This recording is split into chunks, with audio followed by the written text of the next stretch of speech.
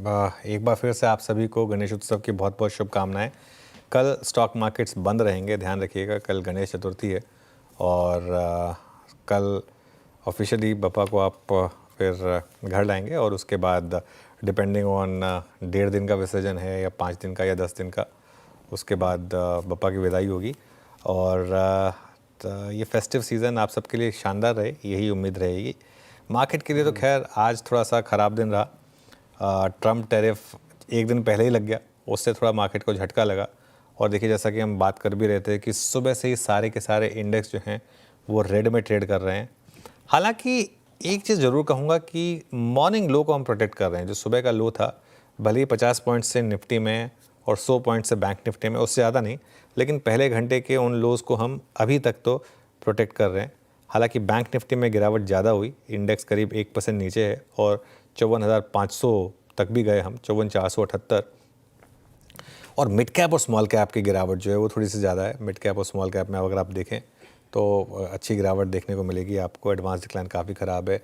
लेकिन एक चीज़ मैं कहूँगा, एक बार ज़रा मारुति का स्टॉक लेकर आइए ज़रा एक बार, 2.5% ऊपर है। इसने कल ऑल टाइम हाई लगाया था, याद होगा आपको।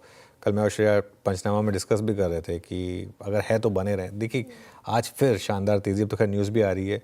ऑटो इंडेक्स देखिए आप, एफएमसीजी इंडेक्स देखिए आप। अगर आपका ऑब्सेशन सिर्फ निफ्टी से है तो अलग बात है, या निफ्टी बैंक से।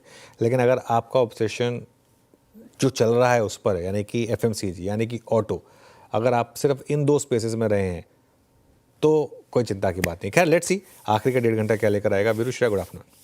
Good afternoon. बिल्कुल आखिरी का 1.5 घंटा कैसे होगा वो देखने वाली बात होगी। लेकिन मार्केट के लिए आज, जैसा कि आपने कहा, खराब दिन, चौतरफा बिकवाली। स्पेशली आप देखिए बैंक निफ्टी सिर दर्द बना हुआ है, ब्रॉडर मार्केट्स में बिकवाली है। लेकिन दो स्पेसेस जहां पर अच्छी खरीदारी इस खराब मूड माहौल में भी है, वो है एक ऑटो स्पेस और एफएमसीजी स्पेस। उस पर बाद में बात करेंगे सर। लेकिन जिस तरीके से मार्केट आज मूव किया डोनाल्ड ट्रंप के अतिरिक्त टैरिफ के बाद, तो अब क्या लगता है विघ्न बाजार का कौन हरेगा और कौन से लेवल सब इम्पोर्टेंट, क्या करना चाहिए ऐसे में? बिल्कुल, आपने कहा चौतरफा नहीं, तीतरफा कह लेते हैं, है ना। एक पॉकेट कंजम्पशन चल रही है। देखिए श्रेया, क्या हो चुका है और क्या होना है।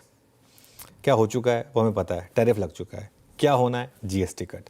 तो इसीलिए मार्केट अब क्या कर रहा है, मार्केट की पूरी उम्मीद अब जीएसटी कट से। क्यों, आज भी अगर आप देखें, अब ट्रेड डील को तो आप पचा चुके हैं, अब आप वर्स्ट प्राइसिंग कर चुके हैं। अब आप ये प्राइसिंग कर चुके हैं कि परसों जब आप आएंगे शो करने तो हमारे ऊपर 50% टैरिफ लग चुका होगा। बाई चांस ना लगा तो बहुत बड़ा पॉजिटिव होगा। अगर ऐसा कुछ आ जाए तो ये तो बहुत ही बड़ी खबर होगी मार्केट के लिए, अगर कोई नेगोशिएशन अगले 2 दिन में यहाँ पर कोई पॉजिटिव खबर आ जाए तो। लेकिन एक बार के लिए इसको दरकिनार करते हैं जो मार्केट कर रहा है। क्यों इंट्राडे में ऑटो और क्यों इंट्राडे में एफएमसीजी इस तरीके से चला। तो आज भी हम सुबह कमेंट्री में बात कर रहे थे कि डिक्लाइन में ज़रूरी नहीं कि आप सब कुछ बेचें। आज भी हीरो की बात की हमने और भी कई स्टॉक्स की बात की। कंजम्पशन बास्केट, क्योंकि यहाँ पर अब मार्केट उम्मीद लेके चल रहा है कि यहाँ पर अब अच्छी खासी बाइंग होगी, इसीलिए इस वीक मार्केट में भी ऑटो और एफएमसीजी यही शेयर चले हैं। अब नज़रिया यही है, अभी कुछ समय के लिए हमें कंजम्पशन बास्केट के साथ ही रहना है। अगर ट्रेड डील पर कोई पॉजिटिव खबर आ गई बाई चांस, उसको बाद में देखेंगे। वो तो आ गई तो आ गई। जो आपके पास अभी है इन्फॉर्मेशन वो ये है कि ऑटो और एफएमसीजी अभी आउट परफॉर्म कर रहे हैं जीएसटी कट की वजह से। इंडेक्स के लेवल्स की आपने दूसरी बात की। देखिए निफ्टी पर 24,750 से 24,800 का सपोर्ट जोन है। आज सुबह का लो यहीं पर है और फिर रेजिस्टेंस जोन है करीब 24,850 से 24,900 का। मेरे ख्याल से अभी के लिए निफ्टी में कोई पोजिशनल ट्रेड नहीं है। एक अगर आप बहुत अग्रेसिव ट्रेडर हैं और अगर निफ्टी क्लोजिंग में 24,850 के ऊपर निकले, बहुत अग्रेसिव ट्रेडर अगर आप हैं और अगर निफ्टी 24,850 के ऊपर निकले तो एक कॉन्ट्रैक्ट कॉल बाइंग बनती है टुवर्ड्स द एंड। क्योंकि थर्सडे को जब आप आएंगे तो 2 दिन के क्यूज़ पे आप रिएक्ट कर रहे होंगे, मार्केट वर्स्ट को प्राइसिंग कर चुका होगा और उसके बाद मार्केट पूरा का पूरा आगे देख रहा होगा। तो ये एक व्यू हो सकता है। बैंक निफ्टी इस समय बाजार की सबसे कमज़ोर कड़ी है। एक आखिरी सबसे बड़ा सपोर्ट 54,500 का, आज सुबह वहीं सपोर्ट लिया है हमने, वहीं पर हैं हम मोर और लेस 54,500 पर। 54,500 के नीचे 54,000 तक भी फिसलने का रिस्क रहेगा। दिक्कत क्या है कि कोई भी रैली आएगी 55,200 तक की, कोई भी रैली सेलिंग अपॉर्चुनिटी होगी, वहाँ पर कॉन्फिडेंस नहीं है। और एफआई जिस तरीके से सेल कर रहे हैं उनको एक मौका मिलेगा अगर मार्केट में कोई भी रिकवरी आए तो बैंक निफ्टी में वापस सेल करने का। आप वीरू के पास चलते हैं। वीरू, गुड आफ्टरनून, बताइए स्टॉक स्पेसिफिक एक्शन कैसा रहा आज का? बिल्कुल अनुज, गुड आफ्टरनून। वही कंजम्पशन और वही थीम चलती हुई, और मैं हालांकि यहाँ पे थोड़ा सा क्रूड की तरफ झुकाव रखते हुए पहला स्टॉक मेंशन करना चाहूँगा, Pidilite. Specially roll over costs, roll over, please director साहब रोल ओवर भी रखिएगा स्क्रीन पे। उनको देखते हुए, चार्ट पैटर्न को देखते हुए 19 दिसंबर 2024 के बाद, देखिए जो स्टैट्स हैं स्क्रीन पे वो स्टैट्स हैं, उसमें कोई अगर आप देखें इफ्स एंड बट्स नहीं है। स्ट्रेंथ है 19 दिसंबर 2024 के बाद अब तक की हाईएस्ट ट्रैजेक्टरी को, एंड मोस्ट स्पेशली 5 मई के बाद के जितने भी क्लस्टर्स हैं उनको स्ट्राइक करता हुआ। आप जरा सितंबर फ्यूचर्स देखिए, 34% ओआई बिल्डअप, ऑप्शन एक्टिविटी अच्छी है, 3000-3100 की स्ट्राइक पे बिल्डअप अच्छा है।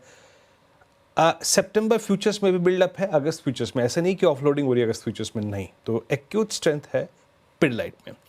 दूसरा है एचयूएल, आपकी स्क्रीन पे आएगा। एचयूएल ऑल दो इंट्राडे में स्ट्रेच हो चुका है, नो डाउट अबाउट दैट, लेकिन आज के प्राइस में 2696 में इंपॉर्टेंस क्या है? एग्जैक्टली इसी प्राइस पे 21 अक्टूबर 2024 को 100 डे वहाँ ब्रीच हुआ था, एक गैप क्रिएट किया था इस स्टॉक ने। ये गैप फिल हो चुका है और एक बहुत ही बड़े और एक स्ट्रॉन्ग प्राइस क्लस्टर में ये एंटर करने की तैयारी करता है। हालांकि ऑफिशियली उस रेंज में एंटर करेगा 2700-2730 के ऊपर, बट बिल्डअप सितंबर का बहुत ही एग्रेसिव है। 36 लाख शेयर यहाँ पे जुड़े, और एक रखूंगा दैट्स हीरो मोटोकॉर्प। एक क्लासिकल फ्लैग का ब्रेकआउट यहाँ पे वेट करता हुआ 5140 पे, बिल्डअप बहुत स्ट्रॉन्ग है। इवन कोई भी डिप आता है जब 10 डेमा तक बाजार उसको लैच ऑन करता है, उसको लपकता है, ठीक वैसा ही कल भी हुआ था और वैसा ही आज भी हो रहा है। तो अनुज बहुत दूर के नहीं, लेकिन हाँ जो थीम चल रही है उसी थीम पे फोकस करते हैं। तो अनुज ये जो थीम चल रही है अगर आप देखें, यानी मोर और लेस जब आप कह रहे हैं कि वर्स्ट ऑफ टैरिफ वॉर, और टैरिफ कितना लगेगा भारत पर, उस पर जो वर्स्ट है जब फैक्टर हो ही चुका है, तो हमारे पास सकारात्मक तौर पे खेलने के लिए अब जीएसटी की थीम ही है। देखिए इस समय आपके पास और कोई ऑप्शन नहीं है, क्योंकि मार्केट में बाकी हर जगह अनसर्टेनिटी है। बैंक निफ्टी अपने कारणों से नहीं चल रहा है, शायद एफआई की सेलिंग है या जो मर्जी है। आईटी 2 दिन चलता है, फिर तीसरे दिन कोलैप्स हो जाता है। बाकी रिलायंस देखिए, रिलायंस से कुछ उम्मीदें थी, लेकिन रिलायंस ने भी 2 दिन से चलना बंद कर दिया है। बीच बीच में कभी कभी भारतीय चलता है, लेकिन भारतीय में भी अब वो फॉलो थ्रू मिसिंग है। एक ही पॉकेट, आप देखिए वीरू, मैं एक्चुअली बोलूँ, मैं बहुत लोग कहते हैं कि क्यों रिपीटेटिव हो रहे हैं, लेकिन कल हीरो मोटोकॉर्प हमने ग्रीन में लिया बिग स्टॉक्स में, जबकि वो इंडेक्स से बाहर जा रहा था। कल गिरावट आई, उसमें बाइंग आ गई। आज सुबह स्पॉटलाइट में मैंने हीरो मोटोकॉर्प की बात की, आज सुबह गिरावट आई, उसमें बाइंग आ गई। कल हमने मारुति की बात की थी, सारे स्टॉक्स की बात की थी, एफएमसीजी की बात की थी। आज सुबह डाबर भी लिया था, हालांकि डाबर नहीं चला, लेकिन बाकी सारे के सारे एफएमसीजी स्टॉक्स चले, पूरा का पूरा इंडेक्स चला। डाबर भी ग्रीन में ही है, ऐसा नहीं है। एक्चुअली अब तो डाबर भी चल रहा है, देखिए 1.5% ऊपर है। तो ये आज की दोनों सुबह स्पॉटलाइट थी। मार्केट आपको क्लियर कर चुका है कि ये एक पॉकेट है जहाँ पर बाइंग है, और जहाँ पर जैसा आपने बोला कि 10 डेमा पे भी नहीं आते, उससे पहले बाइंग आ जाती है। तो जब एक पॉकेट में दिख रहा है आपको कि बाइंग है, और एक एडवांटेज ये होता है ऐसी पॉकेट्स में, इनमें आपको पता है कि कल को अगर आप गैप डाउन भी हो गया तो भी आप बेल आउट हो जाएंगे। अगर आपने हाई पे भी ले लिया, हाईएस्ट पॉइंट पे भी ले लिया आपने, तो भी आप बेल आउट हो जाएंगे। जैसे वो जीएसटी की खबर जिस दिन आई थी, उस दिन हीरो मोटोकॉर्प इंटरडे में 11% भागा था। 11% भागने के बाद वो इंटरडे में 4% गिरा, 7% ही ऊपर बंद हुआ। अगले दिन उसने उस लेवल को क्रॉस किया, उसके बाद फिर नीचे खुल के और उसके ऊपर के लेवल को क्रॉस किया। तो ये मार्केट में अब इस तरीके से होता रहेगा। Same with Hindustan Unilever. तो जहाँ चार्ट इस तरीके के इतने स्ट्रांग और क्लीन होना, और जहाँ पर मार्केट आपको क्लियर कट एक वर्डिक्ट दे रहा है कि यहाँ पर एक उम्मीद है मार्केट को, और ये एक बहुत बड़ा फैक्टर है, ये मैक्रो ट्रिगर है। मैक्रो तेज़ी कभी 2 दिन में फिजल आउट नहीं होती, मैक्रो तेज़ी चलती है। ये इस समय इनफैक्ट एक टेक्टोनिक शिफ्ट है। पोर्टफोलियो मैनेजर्स अपने पोर्टफोलियोज को कंजम्पशन हैवी कर रहे हैं, कैपेक्स वाले स्टॉक्स कम करके कंजम्पशन वाले स्टॉक्स ऐड कर रहे हैं। वो एक दिन में नहीं कर पाएंगे, वो टाइम लगेगा उनको।